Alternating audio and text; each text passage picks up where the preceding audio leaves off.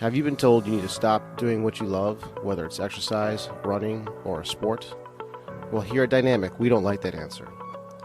In this podcast, we'll talk to leaders in the health and wellness space from Southwest Florida to get the solutions you need to get you back to doing what you love. Welcome to the Dynamic Naples Podcast. All right, today I'll be interviewing Danielle Matias. She is a PA at the Caring Medical Clinic in Fort Myers, which is a regenerative medicine clinic. How you doing today? I'm good. Thanks for having me, Chris. Thank you so much for coming on. I really appreciate it. So before we get started, I just want to talk about how we kind of came to know each other. I had a patient that I was seeing who I referred to Danielle. I did an evaluation on her. She was in for knee pain. And after evaluation, I found that her knee pain was really more of an ankle problem. She had a very unstable ankle, and it was kind of changing the way she squatted. Ended up doing a partial tear of her meniscus and even causing a little bit of back pain. So I referred her up to Danielle and did a series of injections, and she did way better. But what I really loved is that Danielle reached out to me almost immediately, and she did an evaluation as well, and it was like right on point with exactly what I found. So it was like spot on. So first of all, thank you for that. It's always great when another healthcare practitioner like reaches out to me. So thank you. Oh, absolutely. In the regenerative medicine world, a lot of patients like see physical therapy or they do chiropractic care, or they, may have other providers that they're currently seeing for their pain. So I think like you, I just find it's just better when we're all on the same page. 100%. I love that. Well, I just want to talk about regenerative medicine because I kind of think it's the wave of the future. Can you just kind of describe what regenerative medicine is? Absolutely. So regenerative medicine is basically involves injections into joints and soft tissues for repair. So a lot of people, maybe when they hear joint injections, they might think of things like cortisone. Regenerative medicine is kind of the opposite of that. It's not like a Band-Aid or anything. It's actually working to heal injuries, heal soft tissue deficiencies, or chronic injuries that are causing joint pain or lack of function. So there's regenerative medicine oftentimes is called prolotherapy, which is basically this big umbrella term that encompasses, any injection that stimulates repair. So dextrose prolotherapy, like using a sugar, is what's really been around since like the mid 1900s. People have been doing it forever. And then kind of in the more recent decades is things that people might be more familiar with, like PRP or platelet-rich plasma, which is where we take cells from your blood and then inject it back in for chronic injuries or even acute injuries, I should say, and stem cell therapy, which is getting, maybe a little bit more popular now, where we actually harvest stem cells from the patient and then use that as what we call like an aggressive proliferant, an aggressive treatment to heal injuries. That's great. Yeah, I'm really interested in the prolotherapy, so I want to dive deeper into that in a little bit. But first, before we do that, I just want to learn a little bit about you. I was reading your bio, and it turns out we both went to UMass Amherst. No way. Oh, that's awesome. I graduated 2000. Yeah, I went there, I played lacrosse there, and did the 5-year plan as many UMass students do. What year did you graduate? I graduated in 2006. Okay. Yeah. So no, I didn't. I lied to you. I graduated in 2010. I'm sorry. I graduated in 2010. Nice. Where did you live on campus? I lived with all the nerds up in Orchard Hill for my first 2 years. Oh, and yeah. then I lived off yeah. And then I lived off campus, kind of right by where the townhouses were, not in the townhouses, but a bunch of us rented a house on that street. Yeah, I lived in Wheeler for I think 2 years. That's basically right next to Orchard Hill. And then then I lived in Salem Place and the Boulders for a little bit. So I love that part of Massachusetts. It's great there. You're not from Massachusetts by chance, are you? No, I lived there for like 12, like I did middle school, high school, and college out there. But I'm not from there originally. Okay, what town? I lived in a very, very small town called Sutton, Massachusetts, which is by Worcester. Okay, yeah. Yeah, very tiny. Not many people have heard of it. Yeah, I haven't. So we lived there. Yeah. And then in Amherst, and then I came to Chicago for PA school. Nice. All right. So what got you into regenerative medicine? How did you come to be where you are now? I actually, as luck would have it, I was placed. So Caring Medical used to have an office in Oak Park, which is a suburb of Chicago. And I was actually placed there on a random rotation when I was in school. So I Had no idea what prolotherapy was. I'd never heard of it. And I worked with Dr. Hauser for 4 weeks, like seeing patients in his office. And then loved it. And that was the job that I took when I graduated, and I'm still here. That's great. Yeah. Can you tell Yeah. me a little bit about Dr. Hauser? I saw his biopic. Seems like an eccentric person in a good way. He is such a fun guy to work for, let me tell you. He is eccentric. If you ever like come into the office, he's probably going to be wearing a lot of bright yellow, maybe Yep. bright yellow I saw that. glasses. Very eccentric, very fun guy. He actually, so I moved to the Florida office about a year ago, actually last August, because his practice is focused on like complex neck instability cases. So like people that maybe were in like terrible car accidents or whiplash or had some kind of injury that have severe ligament injuries in their neck that maybe affect a lot of things, like affect like the blood flow in their brain or just really like severe cases. So his practice is more focused on that. And then I was brought down here to kind of cover the rest of the body, like see all the knee pain, shoulder pain, back pain, those kind of cases. Oh, wow. That's great. That's so good to know, because in my career, I've seen a couple like that C1 instability, and that's super scary and dangerous. And I've evaluated them, sort of found that, and then referred them out, and then they just get sent back to me. It seems like there's a gap in knowledge in some of the medical community about that sort of C1 instability and how deadly it can be. So I'm There glad. absolutely is. And Yeah. I tell patients, like when you have instability in your knee, it's gonna hurt. You're gonna have like a set of symptoms related to your knee. But when you have instability in your neck, there's just so much more precious real estate up there. Like your Oh, brainstem yeah. is up there, your spinal cord, all these like super important nerves, fluid in and out of your brain. So instability in those areas can be much more detrimental to people's health. Yeah. And not everybody may be a surgical candidate, and two, not everybody would necessarily want their C1 fused. you know Yeah, absolutely. And what um, scares me too is, sort of usually a lot of patients will think, oh, I got neck pain. Let me go get an adjustment. And if you have that C1 instability, that's probably the last thing you want. That's a scary kind of case. I'm glad that you guys treat that. So he does what, PRP in that area?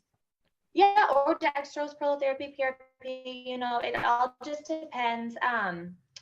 People ask, we get a lot of questions, like patients will call and say, hey, I have like knee pain, what do you recommend? But it's really all dependent on the actual patient, of course, Yeah. which I understand is a generic answer. But some people, we test joint stability. We either with necks, we do it with a digital motion x-ray, which is like an x-ray movie. Mm, With a lot of the other peripheral joints, we can test it with ultrasound, like testing the joint under stress and looking at what it looks like on the screen while we do it. And depending on the amount of injury, the amount of degeneration and what the patient's goals are will kind of depend what will dictate our treatment plan. So like, for example, like a young, let's say a 24-year-old who, injured his knee and he wants to run marathons. Well, his treatment program is going to be different than the 90-year-old that just wants to walk around her house without pain. It's all going to yeah. be dependent on the patient and their goals. God, I love that. It's goal oriented. That's fantastic.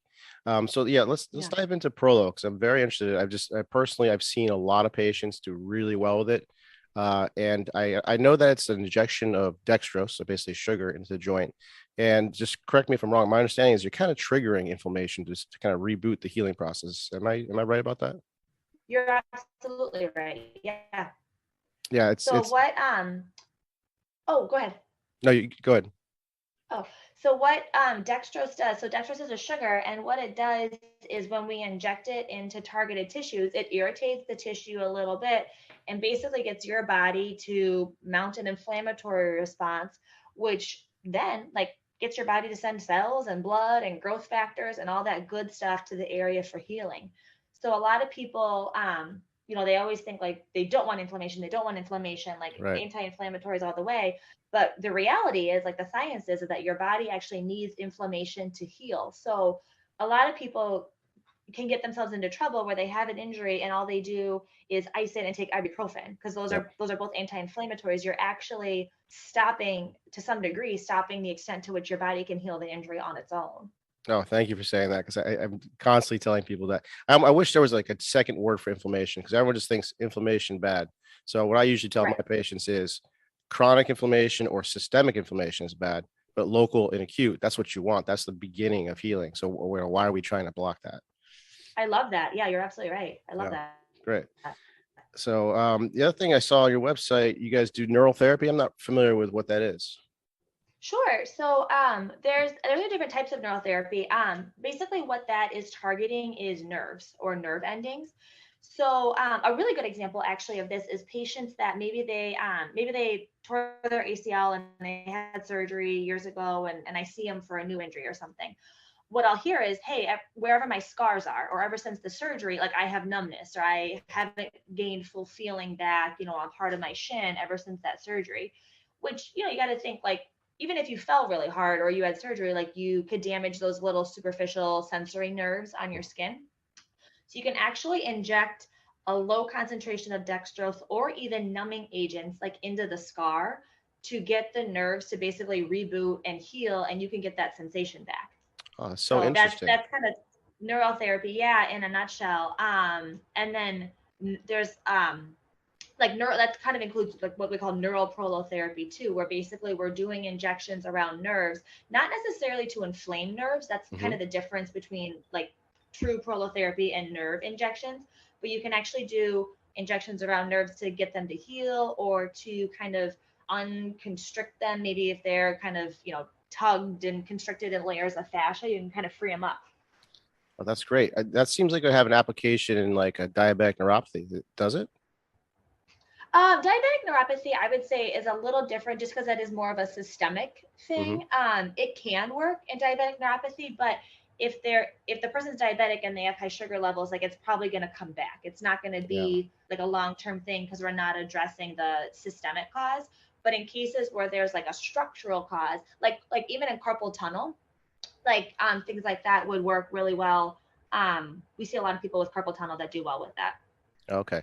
Yeah, because I get a lot of patients ask me, I have diabetic neuropathy. What should I do about it? I'm like, oh, it's got to fix the diet first. And then Yeah, no, I'm that's not sure. exactly it. Yeah, it's You like got to fix like the cut back on the system problem carbs. there. Yeah, right. Yeah, no, you're right.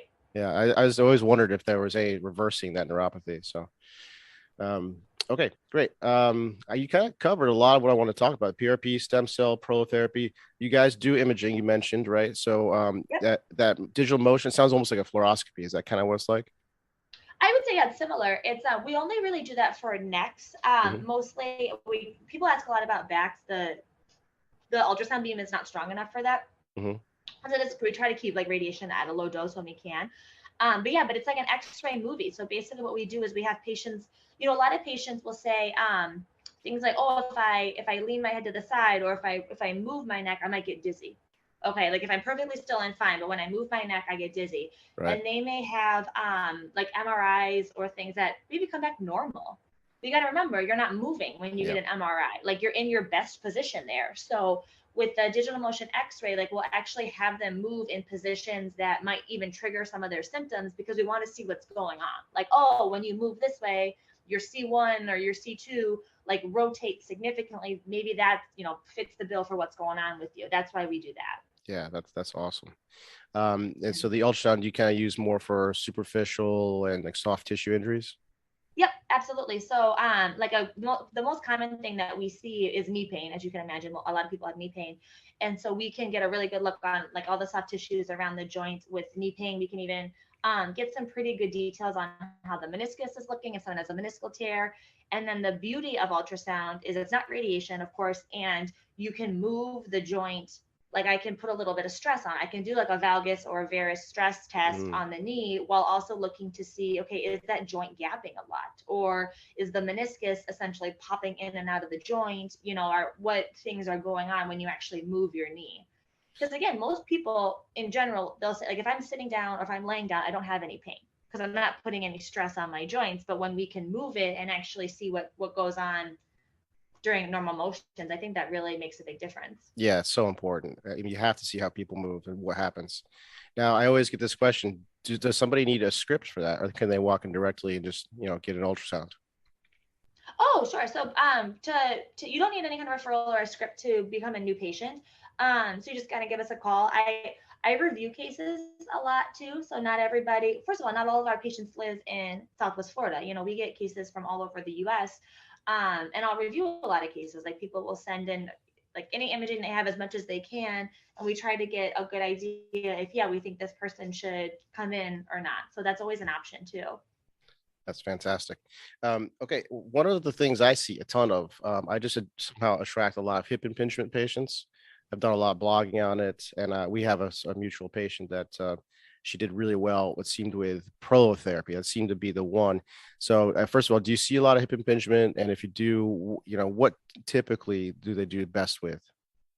Sure. I do see quite a bit of hip impingement. What's really interesting about those cases, a lot, not always, but a lot, one side is symptomatic. Like they have, injury on one side, and they'll tell me, "Oh, I was told that I need to have surgery for this." But do you really need to change your bone if you have it on both sides? And one side is asymptomatic and one side isn't. Like it's just very interesting. So we do a lot. I would say depending on like how long the pain's been there. Like if somebody has impingement and they have just kind of like fought through a lot of pain and they've like, torn up their labrum and they've torn up a lot of other things, you're probably going to need more aggressive treatment on that, like maybe in that PRP stem cell realm. But if it's just like a more acute injury, usually dextrose prolotherapy can take care of those and get the hip strong and the hip stable so they can do okay. Yeah, it's so true. Everyone wants to. It seems like the answer is always, "Oh, go to surgery, go to surgery," and surgical outcomes are like 64% success rate. They're not that great, and basically most people that have it are going to have it on both sides, but they're usually symptomatic on one side. That's such a great point. Yeah, it's and too, like people kind of with that, people are in general, I think our society, like we're always looking for the quick fix, right? Like we right. want everything to be better yesterday, right? And whether you choose surgery or you choose physical therapy or you choose prolotherapy, part of it is like we do have to give it time. If people, especially in the chronic pain world, like you've had those injuries for a while, and you've been compensating or you've been developing, maybe a bad walking, like there's a lot of things that come Right. with that. So it's kind of like an onion, like you got to kind of peel back all the layers to heal everything and get to where you want to be, so it Yeah, takes time. that's exactly it. It takes a long time. I have one patient in particular see me for something like almost a year, just finally starting to get better, but it's just been a long process. So can you tell me a bit about your team? So I know of you and Dr. Hauser. Seems like you have a chiropractor on board. Is there anyone else? We do. Yep. So Dr. Hauser and I are the prolotherapists here. Mhm. We do all the injections. Dr. Brian Hutchinson is our chiropractor on staff. He's awesome. He has his own team as well with radiology. He does a lot, not just like with adjustments like you would imagine with like typical chiropractor. He does very gentle adjustments if we need. Like let's say we do have this is a good example, like a neck patient that comes in very symptomatic and their C2 is like rotated out of place. We see that a lot. Like Mhm. he'll help us kind of gently put it back in place before treatment. But then he does so much more than that. He works a lot with curves. So you might see this too, like in your practice, like everybody's hunched over their cell phones, they're hunched over their computers, their Yep. iPads, tablets, whatever. And a lot of us, even at younger ages now, are losing our normal neck curve. Like it's instead of this kind of C shape, it's now becoming more straight or forward, or like in worst cases, it looks like an S. And Dr. Brian does a lot with restoring those curves for patients, especially like even with prolotherapy, because if we're going to try to tighten ligaments and stabilize joints, it's obviously, as you can imagine, easier to do that if it's already in the right position. Right. I totally So see he that a does a lot. lot with restoring neck curves for patients, which is great. That's Yeah. fantastic. And we do have an ultrasound technician here who does a lot of the neck ultrasounds, looking at blood flow and so forth. And then we just have an amazing like clinical staff team, like all our nurses, medical assistants are wonderful. We have an amazing admin team. Everyone here is so knowledgeable. The training here is very rigorous. And I say that because if somebody with an issue like calls our office, it really doesn't matter who you talk to, like whether it is a nurse or a clinical staff member or admin, like everybody just knows so much and is so helpful. Everyone here is really a wealth of information. So, which is great. Yeah, that's great. I really want to come up there and check out your clinic. I'm down in Naples, so I'll have to make the drive up there. So I do want to be Well, happy respectful to of your have you. time, and so let's wrap this up here. So Okay. where can people find out more? Where's your website? Where are you guys located? Sure. So our website is www.caringmedical.com. So CARING medical.com. We are located in Fort Myers, not Fort Myers Beach. We're located actually in Fort Myers. And really, like, our website, we put a lot of work into it. We have a ton of information on our website. Like, and also, we have a YouTube channel as well for Caring Medical. Oh, great. Lots of videos. We put out a lot of content there, for educational purposes, and kind of just explaining what we do so people can get a good idea. So I would start there. Again, like I said, our admin team is wonderful. So any questions, give them a call. They're great. So they'll be able to answer your questions too. But just a library of information that's out there. Oh, that's great. Yeah, I think I saw a blog on there, right? We've got so many things. A lot of people, I don't know if you find this, but a lot of people find us on YouTube, which is just interesting to me. So a lot of like those videos actually is like, people learn a lot. So, which is great. That's great. All right. So I really do think regenerative medicine is the future. So check out caringmedical.com. I'll put all those links in the show notes. Danielle, thank you so much for coming on the show. Oh, thank you for having me. This was awesome. I appreciate it. Yeah, well, maybe we'll do a follow-up in a few months from now. So, all right, guys, that's it. Yep, absolutely. We'll see you guys next week. Okay. Do you have unexplained pain? Or do you wonder just how healthy you are? When was the last time you had your blood tested? Blood chemistry analysis is a great way to stay ahead of any health conditions. And now you can have control of your health with Let's Get Checked. Let's Get Checked is an incredible company that sends blood tests to your home. You can choose from over 30 different tests, whether that's liver function, testosterone, micronutrient, cholesterol, or C-reactive protein, which is a marker for inflammation. It's sent to you with free shipping, and you get results in 2 to 5 days, no physician referral needed. Use the code DPT20 for 20% off. Go to letsgetchecked.com and use the code DPT20. Did you know that you can get started with physical therapy without a physician's referral? Physical therapists don't just solve pain, we get down to the root cause and keep it from coming back. We also discuss all things health, such as nutrition and lifestyle changes. If you feel that you could use some help, let's get on a free consult call. Go to www.dynamicnaples.com and sign up for a free call. Also, if you like this podcast, please give us a rating wherever you listen to podcasts. It helps us spread the message. Thanks for listening, and we'll see you next week.